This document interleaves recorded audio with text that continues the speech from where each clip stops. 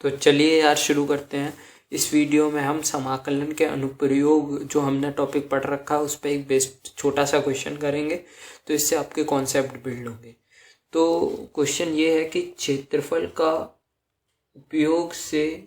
के उपयोग से निश्चित समाकलन की गणना करें। अब हम नॉर्मल समाकलन कर सकते हैं, मतलब ये जो निश्चित समाकलन है वो हम समाकलन से कर सकते हैं। जैसे x से dx है तो इसका समाकलन क्या होगा, x का समाकलन क्या होगा, x²/2, सही है, x की पावर n से, और a से b लिमिट रखेंगे तो ये क्या आएगा, b²/2 upper limit minus lower limit a²/2। लेकिन हमें इससे किससे ज्ञात करना है, क्षेत्रफल की गणना, क्षेत्रफल के उपयोग से क्षेत्रफल का यूज लेना है। तो कैसे करेंगे, तो ये हमें ज्ञात करना है ना। तो जो फंक्शन है बेसिकली इसमें लिखा क्या हुआ है, जिस फंक्शन का करना है वो क्या है, x यानी कि y बराबर x, सही है। तो यानी कि हमें सबसे पहले y बराबर x का ग्राफ बनाना होगा। हम वहाँ पे fx का ग्राफ बनाते थे, तो fx यहाँ पर क्या है, x है, तो y बराबर x है। तो ये हम 9th-10th में ग्राफ पढ़ चुके हैं। ये एक लीनियर कर्व है। लीनियर मतलब कि x की और y की, जब x की और y की मैक्सिमम घात मतलब अधिक से अधिक घात केवल एक ही हो सकती है, तो उस जगह हम कहते हैं यह लीनियर कर्व है। तो इस लीनियर कर्व में हमें केवल दो ही बिंदु चाहिए होते हैं, उन दो बिंदुओं से हम इसका ग्राफ खींच सकते हैं। तो ये y बराबर x है ना। वैसे आप dy/dx पढ़ चुके हो तो आपको और भी कर्व आने चाहिए, आपके मैथ में टॉपिक आएगा। तो लेकिन यहाँ पर हम समझने की दृष्टि से बेसिक से लेके चलते हैं। ये एक लीनियर कर्व है, तो दो बिंदु चाहिए, है ना, कोई से भी दो ले लो, सही है। यहाँ पर x और y, ध्यान रखना इंपॉर्टेंट बात क्या है कि x और y की ये हम तभी अप्लाई कर सकते हैं जब एक लीनियर कर्व हो, यानी कि x और y की मैक्सिमम घात एक हो, और यहाँ पे y की भी घात एक है और x की घात भी एक है, तो काम चल जाएगा। अगर x की घात 2 होती है या y की घात 2 होती है या 2 से ज़्यादा होती है, x की भी घात 2 या 2 से ज़्यादा होती है, तो हम ये नहीं कर पाते, ठीक है। उस स्थिति में क्या करते वो आप मैथ में पढ़ोगे, ठीक है। वैसे dy/dx पढ़ चुके हो तो आपको आना चाहिए, वो उसी के यूज से होता है। तो x और y है, तो पहली वैल्यू तो यही हो गई कि जब मैं x बराबर 0 रख रहा हूँ तो y बराबर 0 आ रहा है। दूसरी x बराबर 1 रख रहा हूँ तो y बराबर 1 आ रहा है, ठीक है। तो यहाँ पर ये y है और ये x है, ठीक है।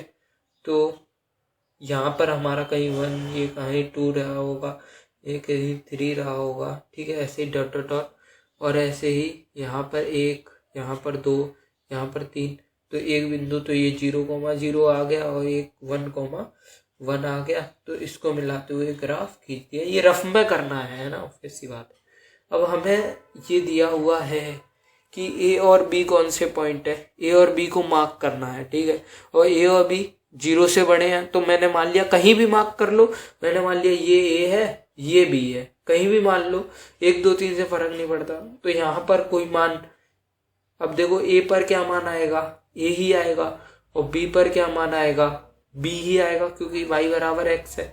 यहाँ पर भी b ही आएगा और यहाँ पर भी क्या ही आएगा, a ही आएगा। अब हमें सिंपली इसका क्षेत्रफल निकालना है। तो ये एक समलंब चतुर्भुज है, समलंब चतुर्भुज का क्षेत्रफल क्या होता है, या फिर हम इसे दो पार्टों में कन्वर्ट करके भी ज्ञात कर सकते हैं। दो पार्टों में कन्वर्ट करना कन्वीनियंट रहेगा, या समलंब चतुर्भुज का क्षेत्रफल देखो तो दो पार्ट बनना है। एक तो ये आयत, तो आयत में ये डिस्टेंस है a - b, वो b - a, और ये वाली जो डिस्टेंस है वो कितनी है, a, सही बात है, ये a है। और ये जो ऊपर बनना है वो त्रिभुज है, त्रिभुज का क्षेत्रफल 1/2 गुणा आधार गुणा ऊंचाई। ये इसकी वैल्यू कितनी है, b - a, सही है। ये b है और ये a है, तो b - a हो गई। और इसकी वैल्यू कितनी है, b - a, जो हम पहले निकाल चुके हैं, b - a। तो कर लो। तो पहले आयत का क्षेत्रफल प्लस त्रिभुज का क्षेत्रफल, देखो आंसर दोनों से सेम ही आने वाला है। तो आयत का क्षेत्रफल आएगा कितना, बी माइनस ए इंटू आधार गुणा ऊंचाई, ऊंचाई कितनी है ए, तो ए प्लस 1/2 गुणा आधार, आधार कितना है बी माइनस ए इंटू ऊंचाई कितनी है वो भी बी माइनस ए है, बी माइनस ए। अब इसे सॉल्व कर लो तो ये B A minus A square plus half, ये बी माइनस ए का होल स्क्वायर तो B square plus A square minus 2ab, सही है। तो ये क्या हो गया B A minus A square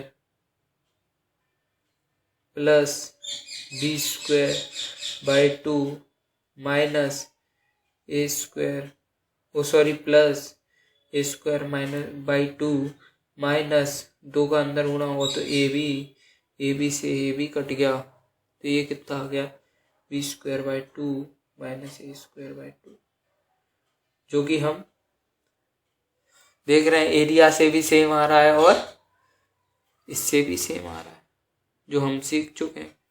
तो एक ही बात है ना। तो that is for today guys. तो वीडियो पसंद आया हो तो लाइक करो, अपने दोस्तों में शेयर करो और चैनल पे नए हो तो सब्सक्राइब करो।